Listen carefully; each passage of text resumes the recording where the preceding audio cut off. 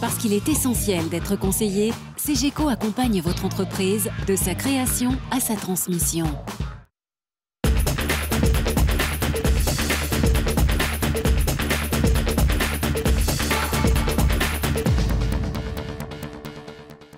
Bonjour et bienvenue dans Lyon Décideur. La bataille est rude entre distributeurs sur le segment des enseignes de proximité. On en parle aujourd'hui avec l'un des acteurs majeurs en France, Casino Proximité, dont nous accueillons le directeur général Pierre Rizzo. À retenir aussi dans l'actualité de ces derniers jours, 2 acquisitions en Allemagne pour IPH et 4 rachats pour Oralia. Les chiffres d'affaires 2011 de AST Group et de Toupargel. Un bureau pour FedEx à Lyon, les chiffres de l'emploi cadre en 2011. Et puis nous reviendrons sur la reprise de Photowatt par EDF. Coup de chapeau au groupe IPH, spécialiste de la distribution de fournitures industrielles, qui vient de s'offrir 2 entreprises en Allemagne, à savoir Zitech et Wilhelm Jung, 2 sociétés qui pèsent 140 millions d'euros de chiffre d'affaires. Avant ses croissances externes, IPH était déjà présent en France, au Benelux et en Roumanie, avec 240 points de vente, employant près de 3000 personnes. L'ouverture sur l'Allemagne permet à IPH, qui a démarré à Lyon avec Orefi, de conforter sa place d'intervenant majeur en Europe dans la distribution de fournitures industrielles. Gestion immobilière, 4 régies de plus pour le groupe lyonnais Oralia, qui rachète les régies de l'Opéra, Gelas et Chaumienne, Pitance Administrateur et Fort Immobilier à Grenoble. Le groupe fondé par Serge Déglise, voici 18 ans, compte 23 cabinets au total, principalement en Rhône-Alpes et à Paris, avec 570 personnes et 55 millions de revenus en 2011. Construction, très bel exercice pour AST Group, dont l'activité a bondi de 42% l'an dernier à 121 millions d'euros, avec plus de 2000 maisons individuelles vendues et une progression encore soutenue en fin d'année. Exercice moins faste pour Toupargel, en revanche, qui enregistre un léger tassement de son chiffre d'affaires à 340 millions d'euros et de son bénéfice net à 8 millions.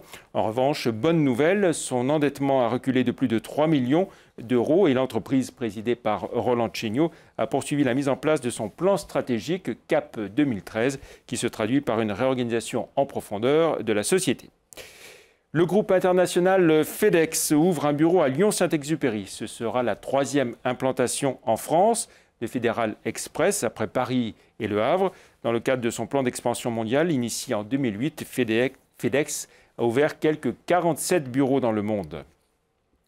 Un bon millésime 2011 pour l'emploi cadre en Rhône-Alpes l'an dernier.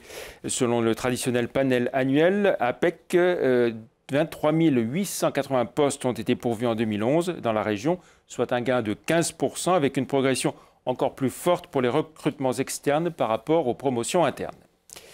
C'est confirmé, le tribunal de commerce de Vienne a donc confié les rênes de Photowatt à EDF, dont il a retenu le plan de reprise. Un redémarrage en date du 1er mars, dont Nicolas Sarkozy était venu présenter les contours le 14 février dernier à Bourgoin-Jallieu. Les 430 emplois sont sauvés. Sur place, les explications de Jasmine Sorg. Soulagement pour les salariés de Photowatt après plusieurs mois d'incertitude quant à l'avenir de leurs emplois. Tous seront sauvegardés ou reclassés, mais des inquiétudes demeurent. Quel projet sera mis en place et pour combien de temps ? On n'y croyait pas du tout. Ils ont fait une offre qui est vraiment imparable. Ils reprennent tout le monde. Et les gens qui ne reprennent pas au sein de l'entreprise Photowatt, ils les reclassent dans leur groupe. C'est imparable. Socialement, pour nous, c'est nickel, quoi. Ils ont les moyens, donc on espère qu'EDF fera tout ce qu'il faut pour que ça dure dans la longueur. Il ne faut pas que EDF soit là parce que M. Sarkozy a demandé à M. Poglio de reprendre Photowatt et puis après qu'il n'y a rien derrière. Donc maintenant, on va attendre. Le projet industriel reste à définir. La direction parle dans un premier temps de transfert de technologie pour augmenter le rendement. Le tribunal de commerce a annoncé qu'EDF injecterait 75 millions d'euros dans l'entreprise. Information non confirmée par le groupe. L'activité, elle, devrait reprendre d'ici peu. Nous, on a d'ores et déjà commencé à préparer le retour de l'ensemble de nos personnels de production, notamment, à l'issue de la période en cours de chômage technique. Et cette période se termine le 4 mars. Donc à partir du 4 mars, on remet l'usine en pleine capacité. Aujourd'hui, elle tourne à peu près entre 25 et 30% de ses capacités de production. EDF prendra les rênes de Photowatt à partir du 1er mars. Les salariés attendent maintenant que le groupe les éclaire sur ses projets et ses ambitions. Le chiffre du jour à présent, plus 0,8%. C'est la hausse du chômage en janvier dans le département du Rhône, un peu plus forte que la hausse constatée dans toute la région Rhône-Alpes et dans toute la France. Pierre Rizzo, bonjour. Bonjour. Vous êtes le tout nouveau directeur général de Casino Proximité, une des branches, on va dire, les plus dynamiques du groupe stéphanois et leader du marché du commerce alimentaire de proximité en France. Alors, vos confrères et concurrents sont eux aussi de plus en plus présents sur ce segment de la proximité. Est-ce que votre antériorité dans ce domaine vous permet de garder un peu d'avance? C'est clair que compte tenu de notre antériorité, c'est un avantage parce que c'est un marché qu'on connaît bien. Je dirais que le marché de la proximité chez Casino, ça fait partie des gènes de Casino. L'enseigne historique de Casino, Petit Casino, date de plus de 100 ans. Ça a toujours été ce type de marché, d'accord, que nous avons privilégié. Et nous avons été un des seuls acteurs à toujours y croire. Parce que au moment où tout le monde est parti vers les grandes surfaces, dans les années 70-80, nous avons été les seuls à conserver, des enseignes de proximité. Et le temps nous a donné raison. Donc c'est vrai que c'est un avantage parce que ce sont des années d'expérience, de confrontation, je dirais, aussi avec ce marché-là, l'évolution des centres-villes.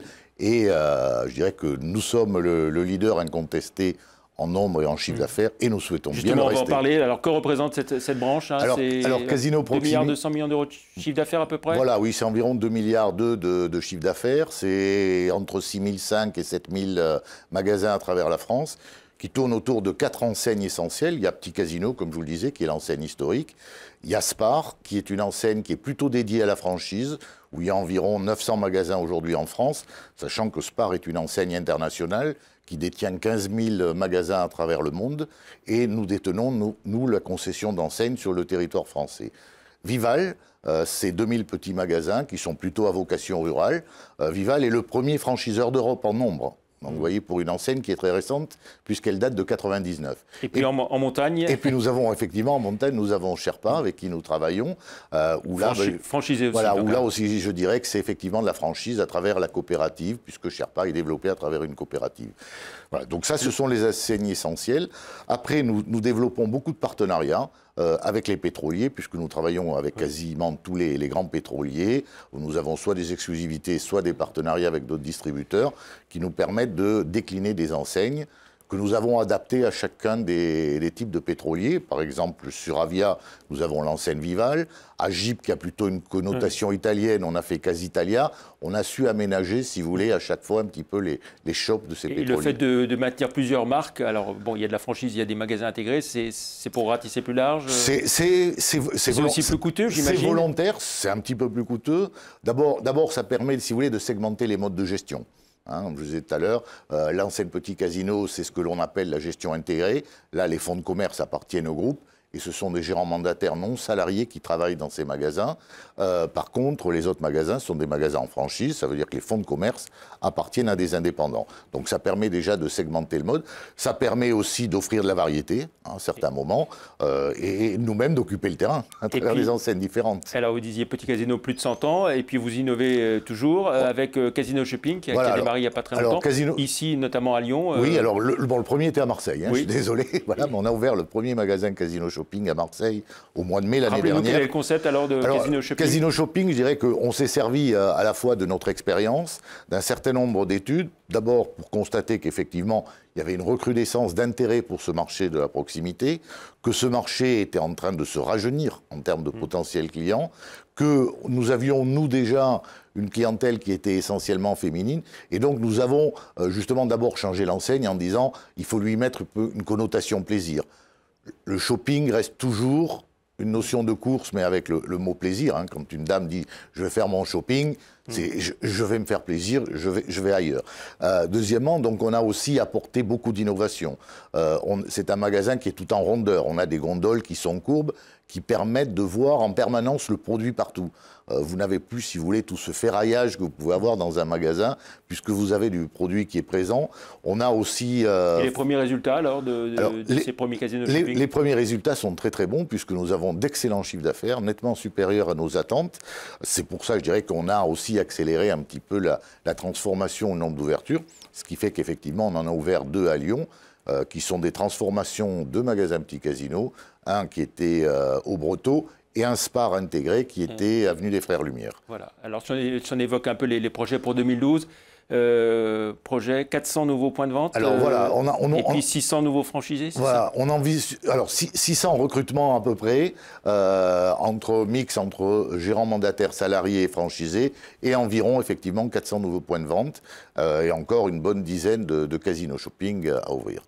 Voilà, sur Lyon, on a quand même une présence, d'abord historiquement, c'est une ville, je dirais, qu'on souhaite développer. On a aujourd'hui sur le Rhône environ 200 magasins, dont 150 magasins intégrés, et sur Lyon intramuros, environ 60 magasins. Et on n'a pas loin d'une dizaine de projets sur 2012. Voilà, mais pas d'hyper à Lyon. Mais pas d'hyper, non, on parle de proximité là. La proximité, alors c'est aussi Casino Monoprix, hein, dont Casino détient 50%, avec une bataille féroce là, avec les Galeries Lafayette qui détient les 50 autres pourcents. Alors, c'est un périmètre. Enfin, Monoprix ne fait pas partie du périmètre de Casino Proximité. Tout à fait. Ça fait partie de Casino. Il y a effectivement la presse aujourd'hui qui relaie tout à fait ce qui se passe entre Casino et Galeries Lafayette sur la cession éventuelle des 50% manquants. Et ce que vous dites, c'est que vous n'êtes pas vendeur de vos 50% en tout état de cause. C'est ce qui a été dit hier par le conseil d'administration. D'accord. Les innovations côté Casino, c'est aussi un nouveau site communautaire, un réseau social, c'est vous? Oui, c'est vous. Bon, ça fait pas partie aussi du périmètre Casino Proximité, mais je peux vous en dire deux mots. C'est vrai que c'est un site communautaire. On est le premier distributeur à faire ce site communautaire. L'objectif, effectivement, c'est d'optimiser et de fluidifier les échanges entre les consommateurs et nous, et leur faire participer beaucoup plus à tout ce qui peut être innovation, tout ce qui peut être prise de parole. L'actualité pour Casino, c'est aussi les résultats du groupe qui viennent d'être publiés. Donc, chiffre d'affaires 34 milliards 300 millions d'euros, plus 18%, en croissance organique, plus 5,7%, et un bénéfice net de 565 millions d'euros, en croissance lui aussi de 6,8%, voilà, tout à fait conforme effectivement à la fois à nos objectifs et aux attentes de... Et si on essaie de voir les résultats de la branche proximité à l'intérieur de ce groupe? Elles sont aussi conformes, bon, sachant que nous ne sommes pas filialisés, donc si vous voulez c'est toujours difficile, ce ne sont que des branches, mais je dirais qu'ils sont conformes aussi aux objectifs que l'on s'était fixés.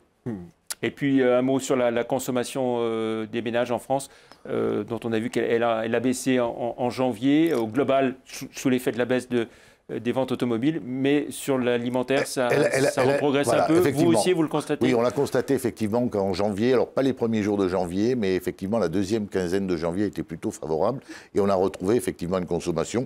Février est assez bon aussi globalement.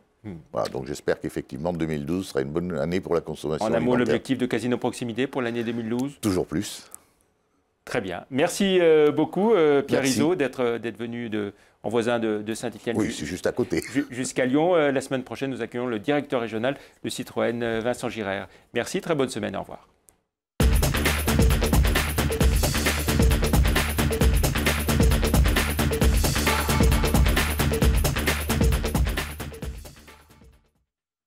Parce qu'il est essentiel d'être conseillé, CGECO accompagne votre entreprise de sa création à sa transmission.